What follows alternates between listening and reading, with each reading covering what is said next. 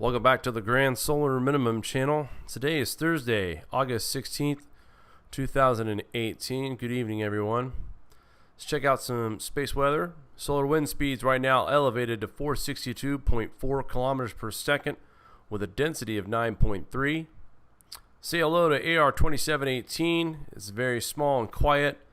Not sure how much longer we'll see this sunspot, as it also looks like it is decaying at this point. Sunspot number 12. Remember, we have 132 days without sunspots so far in 2018. Still a quarter of a month or a year to go. Looking at our KP indices, we're sitting at a 4 right now, and we are just 1 under any kind of storm level. So if we get to a KP of 5, we will be looking at minor G1 geomagnetic storm conditions. Remember, NOAA did predict that there was a small chance for that. Right now, we haven't yet hit storm levels, but we will tune back in if there is a need to for that. Normally, a G1 is pretty minor, and there's not much concern when we're talking about G1 storms. Really nothing to worry about at this point, actually. And taking a look at the SDO, there's the coronal hole that is giving us that storm right now, that minor storm. And if we look at the SDO in motion, we will see that sunspot that I was talking to you guys about. It is dying out. Well, where'd it go? All right, here we go. This one right here is starting to weaken just a little bit. And we will watch this coronal hole as it will be right smack dab in the middle, equatorial region. So we will feel the effects of this coronal hole probably somewhere around August 21st, 22nd. Again, we'll keep our eyes on that as well. And take a look at our TSI reading for August 8th, 2018, came in at a reading of 1360.827. So we were noting that we had a very small and quiet fluctuation between the 23rd and the 1st of August, and we have seen a slight rise in the past several days that now takes it back up close to where it was when Mari and I were absent from the channel for a few weeks. Let's get right into some headlines. Kerala death toll jumps to 106. 150,000 people are homeless in worst floods in nearly 100 years in India. Now it says here the death toll from Kerala's worst floods in nearly 100 years has jumped to 106 on August 16, 2018. There's over 1,300 camps opened up across the state, providing temporary shelter for 147,000 people. Now, Kerala's chief minister said August 15th the state's enduring unprecedented flood havoc as the worst floods nearly in a century continue taking lives. A red alert is in effect for the entire state. The worst affected are the state's northern and central regions, but all of its 14 districts have been put on alert. All public transportation has been stopped, with many buses just left abandoned in local roads. More than 6,200 miles of roads and thousands of cars and homes have been destroyed or damaged. Now, the government has ordered opening of gates of 34 dams and reservoirs where water levels have reached dangerous levels. Drinking water crisis is serious in many places, urging the entire state to work together to help those in need. The government launched a large-scale rescue operation today that helped thousands who remain trapped in their homes. At least 6,500 people are stranded in different parts of Kerala, and the situation in 3 districts particularly are grim. Helicopters were sent airlift to stranded families on rooftops. Dam gates were thrown open, authorities said. Mentioned that earlier. By late afternoon, more than 3,000 people have been rescued, and they were given some numbers in what particular region. I'll leave the link in the description. Thanks again to the watchers for such excellent information. Unfortunately, this is not good news, but very thorough. The number of people who were killed over the past 8 days has risen to 106, including 39 who died on August 15th and 16th. With more rainfall forecast by IMD for August 17th and 18th, the chief minister advised people to be cautious and asked them not to spread and fall for wrong information. Action will be taken against people who spread wrong information, he said. So already have to worry about fake news and bad info getting passed around to folks. Is something of a worry. We've talked about it briefly When Hawaii had their floods, they had people taking out to the ocean and then telling them that if they don't give them everything they have cash-wise, then they'll just take them back to their flooded neighborhoods instead of take them to safety. So that kind of stuff happens, unfortunately, during disasters like this, where there are folks who are sick and twisted enough to take advantage of the vulnerable at the time. And just quickly, 2 earthquakes to mention. Not a whole lot of talk about this, just mentioning these. 2 of them out in the oceans. One was a 6.6 in a region near Japan. And then also the day before, on the 15th, we saw a 6.6 in the Adrianoff Islands in Alaska. So this one's a little closer to land, but still something to put in a note. In a 24-hour period of time, we saw 2 6.6 earthquakes in the pretty much same region, at least in the Ring of Fire when it comes to terms of that. But 2 of them. So, we were kind of on a seismic watch from what we thought this coronal hole might cause any kind of damage or any kind of earthquakes or trigger anything. And it has to make you wonder if this 6.6 in Alaska and the 6.6 near Japan, if there isn't something to do with the coronal hole that we just experienced here as far as the increase of solar wind speeds. And we are watching the KP indices as well. And this was on SPACEWEATHER.com, just a little easier for me to come from watchers. It says, during the first half of August 2018, reports of Noctilucent clouds to SPACEWEATHER.com have tripled. And the reason why this has happened is we're finding out there's more water vapor in the mesosphere. In addition to being extra wet, the mesosphere has also been a bit colder than usual. A combination of wet and cold has created favorable conditions for icy Noctilucent clouds. They want to put this down here at the bottom as well, and this is what I wanted to point out. It is notable that the coldest and wettest years in the mesosphere prior to 2018 were 2008 and 2009, the previous minimum of 11-year solar cycle. So already, once again, Dr. Tony Phillips connecting the dots to solar minimums and such phenomenon as this. And quickly, I want to mention a couple of tornadoes were reported in China. Now, nobody was injured, just a little shooken up, some minor injuries, but violent tornado touched down in Jinghai district of northern China's Tianjin municipality on August 13th, snapping utility poles and damaging houses. The tornado was on the ground for about 10 minutes. There was no serious injuries reported. Another tornado touched down in Dongyin City, northern Shandong province, wrecking homes and cars. Numerous homes were damaged and many residents injured after another tornado touched down in eastern Nahu province. Large funnel clouds were also reported along the shore of Shansha in the southern Hainan province. Again, we'll leave the link in the description. You want to check out some of the video footage here of the tornado. August 13th. I'd like to look and into the stats and see how many tornadoes this region gets in a year. But we'll go ahead and check that out, guys. I'll leave the link in the description. Checking out our next article. This is just a news brief. A couple things to mention from this. The tropical storm Lipai makes landfall over Kyushu, Japan. This tropical storm made landfall around August 14th, bringing heavy rain and strong winds. Although small size, Lipai limited the radius of its impact. Rainfall up to 1.96 inches has been reported in some areas, forcing authorities to advise people to be alert for flooding. That's around the and here's one. A warm record for San Diego hit 17 consecutive days at 80 degrees or higher. That's the longest streak in 34 years. Puerto Rico's authorities, let's knock on wood, the entire island has power again. Now, the last time they made this announcement, more than 2 or 3 weeks later, somebody knocked over a pole and it took out the power grid, the entire island. So hope for those people's sake down there, they actually got it fixed for them and taken care of. Unseasonal rain damages large parts of rice fields in Iran's Gilan province. Several days of unseasonal rains damaged large parts of the rice fields in Astrar County in Iran's northern province of Gilan, according to the Mir news agency. So more crop loss yesterday. The day before we talked about Danish crop loss of 40%. Here's a heavy rain and hail and wind hit Oklahoma last night. And, of course, the deadly floods that hit Jammu and Kashmir, India. More flooding. This was a sudden burst, a storm that just dropped a ton of rain in a short period of time. And let's move on.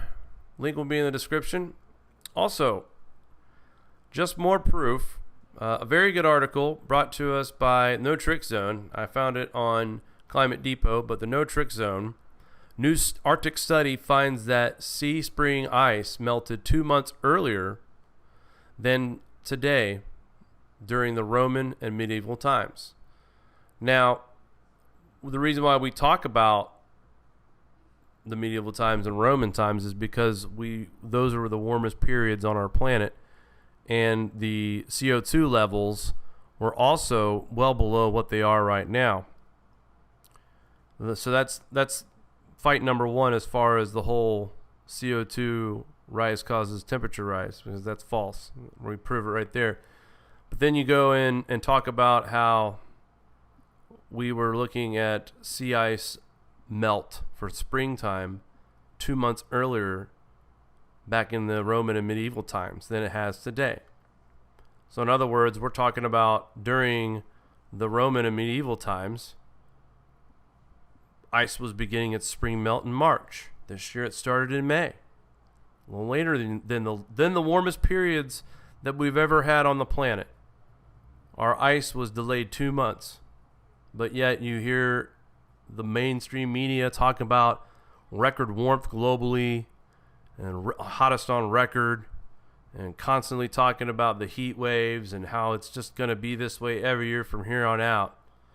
But yet, not all the facts line up to that. And, thanks to web pages like these guys here at Climate Depot and No Trick Zone, what's up with that? Those guys bring us these papers, these studies that show what we're looking at now with record high CO2 compared to the Roman and medieval times. And yet our ice didn't start its spring melt until May, when back in the warmest period of times, lower CO2 concentration levels started melting in March.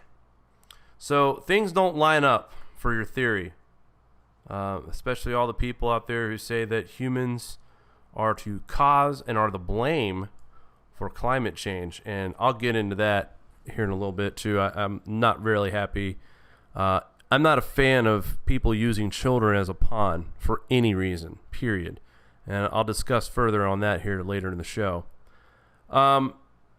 This was an article that was on the 14th. I was going to mention it last night. We decided to skip last night and just pick up today. But, another obvious point here. We should call this the Mr. Obvious. What's up with that? The planet is experiencing an unexplained major cooling, and scientists are ignoring it. And he's right. The most remarkable climate phenomenon is taking place under our very noses without anybody paying attention to it, as nearly everybody knows the planet is warming. That's in a sarcastic voice. Since its short-term rate of temperature change hasn't changed much, the warming essentially accomplished because the planet spends less time cooling than warming. Therefore, periods of cooling have become shorter and result in less cooling. He goes on to talk about, in the figure below, we can see the top 10 biggest periods of cooling in terms of temperature decrease since 1950. The data used in a 13-month centered average of the monthly had CRUT 4.6 global data set found here, and it shows you the link for that. And it talks about the data for the cooling period that started in 2016. Red in the figure is provisional, as the cooling has not ended as of June of 2018. If it continues for a few months, it could easily make it the top 3. Very good point. The cooling has not stopped yet since it started in 2016. So right now, it's on pace to be a top 3 cooling period. But nobody is talking about it, except for guys like us, people like us that pay attention to this kind of thing. I'll leave the link in the description. Again, another great paper, another great point out here what's up with that. Climate Depot and No Trick Zone always doing their best to keep everyone on their toes. And this was also for yesterday, but again, Mr. Elon Musk making the headlines for all the wrong reasons. Elon Musk has always hated the fossil fuel industry. His stated mission for Tesla Inc. is to hasten its demise, and more than once he's blamed the unrelenting and enormous power of oil interests for sabotaging his efforts. But now, in his bid to take Tesla private, Musk is courting billions of oil dollars, you don't say. After a week of playing coy about who he's been trying to enlist to help buy out Tesla's publicly traded shares, Musk revealed at least one partner, Saudi Arabia. Yeah. It's hard to think of a more perfect symbol of big oil and its money than a sovereign wealth fund created by the world's biggest oil producer. Musk said in a blog on a post on Monday, he says that he's been in talks with Saudi Arabia going back almost 2 years. So Musk has previously suggested that the media reports on Tesla were biased by big oil advertising dollars. And now, what will he say when they report that he's in fact in bed with big oil? Green heads must be exploding worldwide as the realization stinks that Tesla just got torpedoed by greed. What self-respecting environmentalists could buy one now? I smell a tipping point for Tesla Incorporated, and it's not a warm one. And got to show some love here for the artwork of Mr. Josh, this gentleman who does a lot of cartoons for these type of things. But listen, wow. This guy, it's amazing. It's amazing to see how big oil somehow finds its way back into the news. And I could sit here and pretend that, oh, he realizes that fossil fuels are not pollutants and CO2 and blah, blah, blah. But this is an obvious... His company's in a lot of trouble. He's losing a lot of money. And when you're worth as much as he is and you lose a lot of that in a fast pace, you panic. And unfortunately, greed is what's taken over here. And I feel as if we are starting to see the downward spiral of Tesla right here.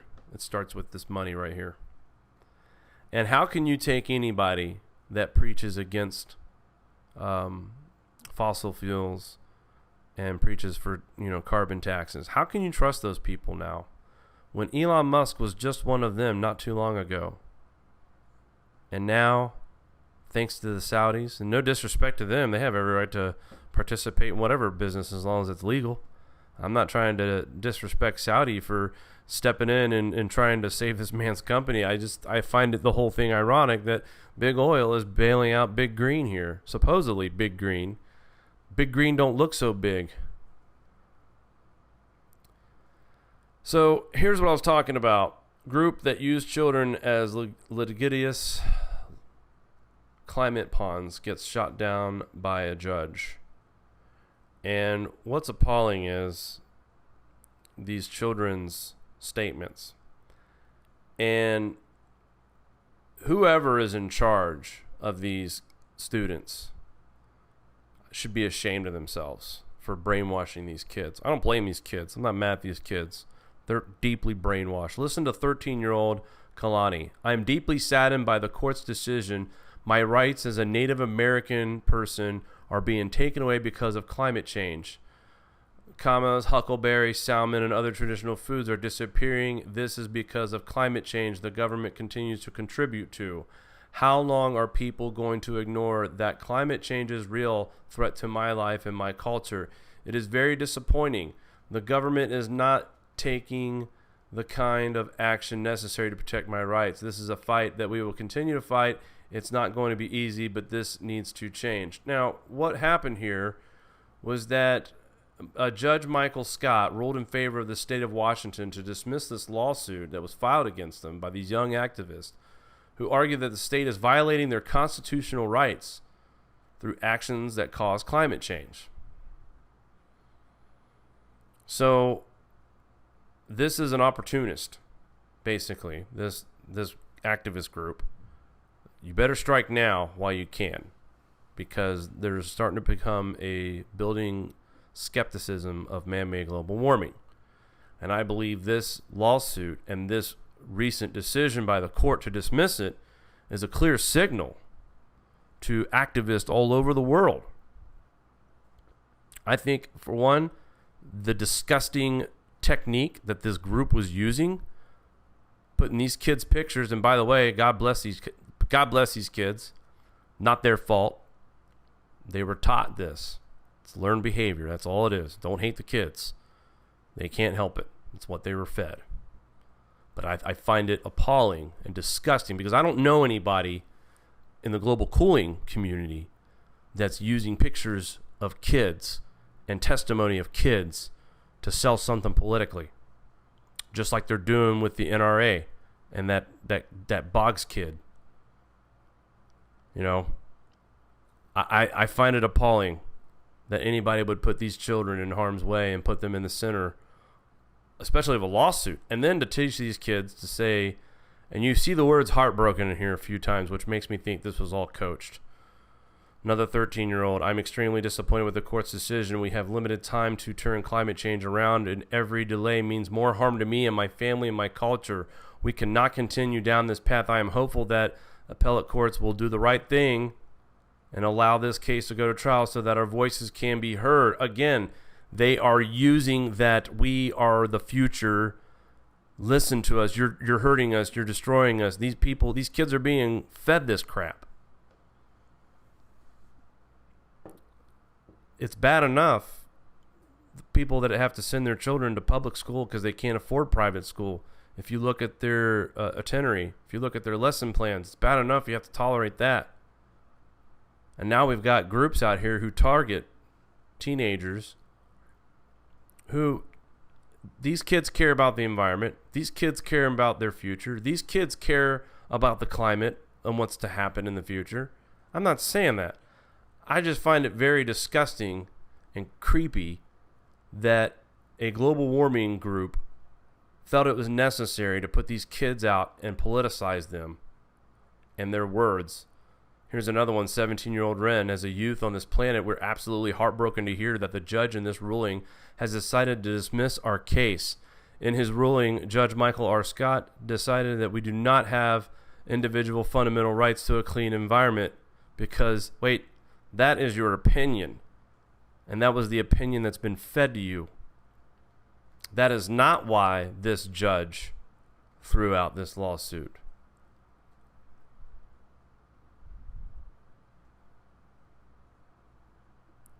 I think that these groups need to do a better job at presenting their proof. It's not really a matter of if these judges believe in global warming or not. It's bringing the data. It's bringing the proof. And I applaud this judge for doing the right thing. He's exploiting this group that's trying to use these children as a human shield in the political world and say, no, judge, no, you're taking away my future. You're harming my rights. I don't have the fundamental freedoms to live in a clean environment because of Judge Scott. This is, to me, is the worst way to politicize using kids as a human shield. So, again, it says, Our Children's Trust is a nonprofit organization leading a coordinated global human rights and environmental justice campaign to implement enforceable science-based climate recovery plans that will return atmospheric carbon dioxide concentrations below 350 by the year 2100. We elevate the voice of the youth. And this is where they are so miseducated, right here. We've already seen countries who have signed the Paris Treaty that have done what their governments have told them to do and have reduced emissions in their countries.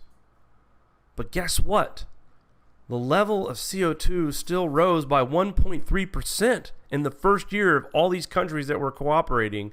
We still had a rise of CO2 because it's natural.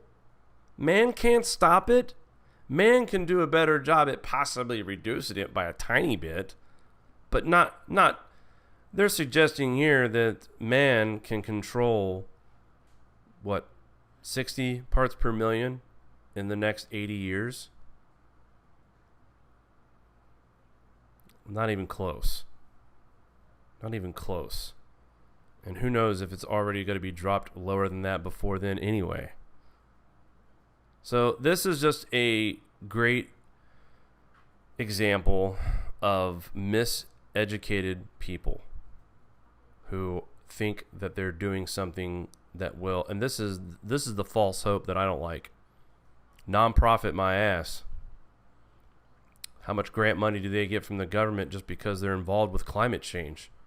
Well, and thankfully, those words are being erased from government websites all over. So, not too much. Like I said, I think this was one of those lawsuits that was a last-ditch effort. The judge said, nah, baby, nah, threw it back at him. But these cases are being rejected throughout. This is not the only children's advocate that's suing states. It happened in New York as well. So we'll keep our eyes on that. You guys can check out the link in the description. And what do we got here? I was reading it already, I guess. Oh, yeah, this one. Global warming makes police officers lazy. Okay. According to a new study, global warming causes more crimes because in warm weather, police officers are more reluctant to leave air-conditioned comfort of their vehicles. Yeah. I'm going to go ahead and say that's a big negatory.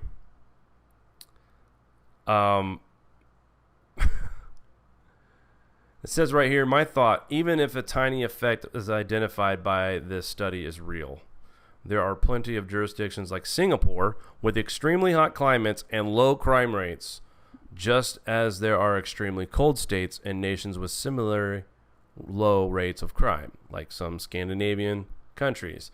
Spinning a slight reluctance to step outside in bad weather into a significant impact on future crime rates strains credibility. Training, leadership, and resourcing are obviously far more important determinants of police effectiveness than a temperature. And I have a friend that's a police officer back from where I'm from in Southwest Ohio. And I can tell you right now, these guys don't care if it's snowing, if it's a blizzard, if it's torrential rains, if it's a windstorm, if it's below zero. Their job is to protect and serve. And another lazy, half-assed attempt by the global warming community to blame, as like I said, they're getting so desperate. This is their last stand of their battle right now. Global warming is causing more crime. Cops don't want to get out of the cars because they're too air conditioned. We need to tax global warming. Stop the crime. Tax more money. But I thought this was funny, not because I think cops are lazy. I don't think cops are lazy. Like I said, I have friends that are cops, and they're not lazy. I tell you that right now. Good guys, too. Leave a link in the description, and yay for Mike's weather page, because we finally actually have something to talk about. And this guy does a great job of covering any kind of tropical weather, hurricanes, whatnot. This is the time of year where he gets to see the action that he studies, he lives for. This is his obsession. If you guys know this guy, check him out. Visit his donation. Consider it a tip jar. This guy does a good job of what he does. Provides outrageous amounts of data for you to look at for yourself and not just trust guys like me that interpret it. But I'm going to take a look at Invest 99. They are starting to do a little bit of model run here.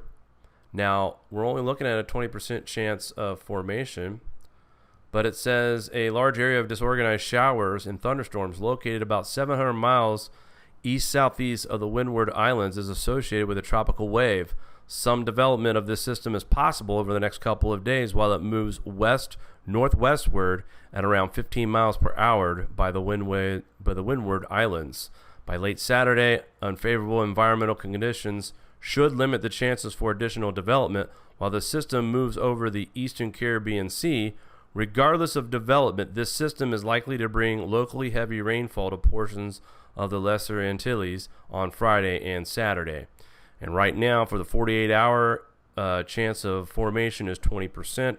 Also, for the 5-day is low at 20% as well. And then we have Ernesto, and it's a tropical storm heading towards Ireland, and they're thinking that's going to hit somewhere around Saturday and Sunday. So we'll keep an eye on that as well. But that is heading, I believe, northeast right now.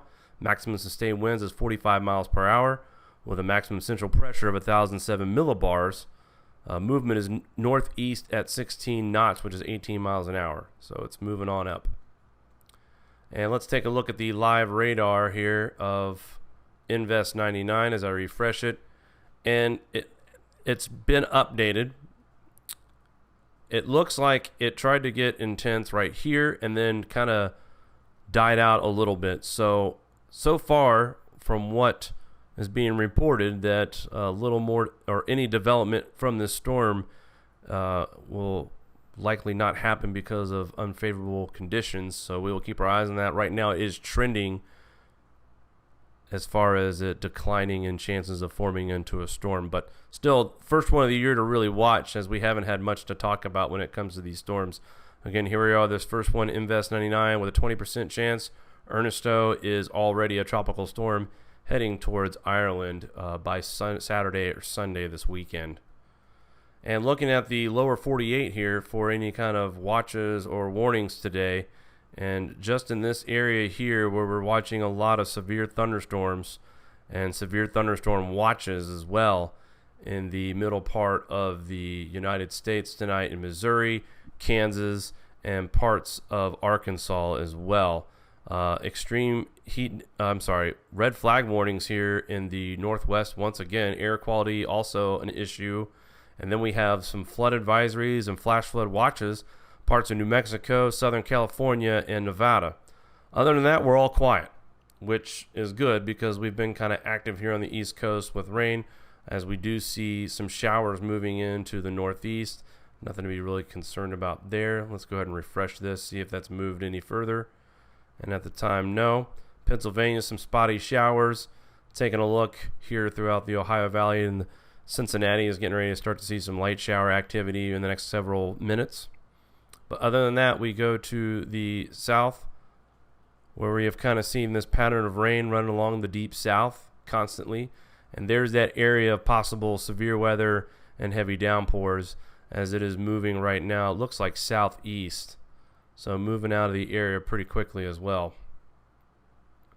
But as far as that goes, we'll take a look at also the GFS run, which I didn't see anything major to talk about as far as any kind of storms go. Looking out for the 21st of August and later.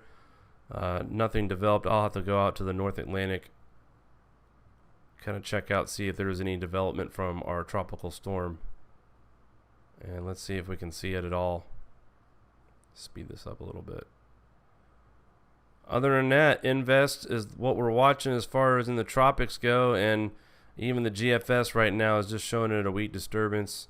Definitely a chance for some heavy rains, but this wet pattern will continue off and on for the east and the northeast and the south, especially Texas, New Mexico, and Arizona. They need the rain, no doubt. They need the rain. That area is still in a severe drought. Parts of the Northeast are still in a moderate drought. So we do see some action here in the next several weeks. Several low-pressure systems will be moving through the Mid-Atlantic and, of course, the Midwest, Northeast, and the South of the United States. Taking a look at East tropical Atlantic temperatures. They rose just a little bit. They're still below baseline at negative 394. And we look at the El Nino 3-4 index. That once again dropped. That dropped kind of significantly, actually. It's all the way down to a 0.12 above baseline. We haven't seen it at that level since around July 18th. So a pretty substantial drop here. 30 days, it was playing around with the 0.3 and now has dropped below that 0.25 number that we look at for El Nino. And also, finally, the North Atlantic was starting to decline a little bit. Had a little bit of increase of temperature today at 0.423, but we're still below baseline. So lots to talk about today. I guess, Mari, I don't know if you'd like to say hello to everybody. I'll crawl over to you, Jake. I'm sorry, I wasn't sitting close enough to you, I guess, tonight, Jake. We're talking about all kinds of stuff in the chat, and someone posed the question about hail-proof greenhouses. So people are talking about like polycarbonate panels, and I think Rob mentioned some kind of cool aluminum fancy stuff. I don't know. Always interesting in the chat here. We got Starman, Rob, Equa, all the greats are here tonight. And the new people appreciate our channel as well. So hello, new people, existing GSM followers. We got some mad respect from a lot of our viewers, Jake, because we don't have that hostile environment like a lot of the channels out there. We're a friendly, educational resource that just covers the facts, right, Jake? Yep. So you guys have a great night. Thanks for tuning in. I'm going to pass this mic back to Jake.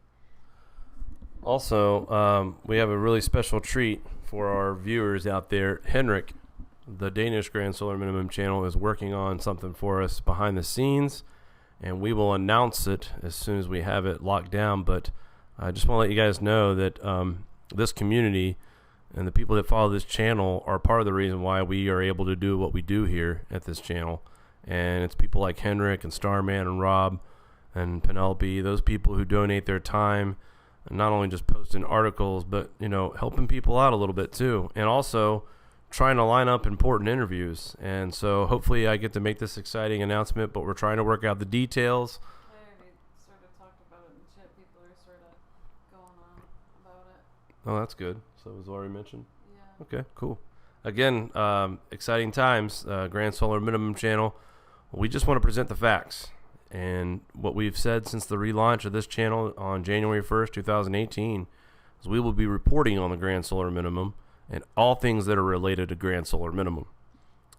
This channel is not trying to stand on any kind of dates or any kind of predictions of weather. I do offer my opinion, as well as other people in the chat and in the comment section.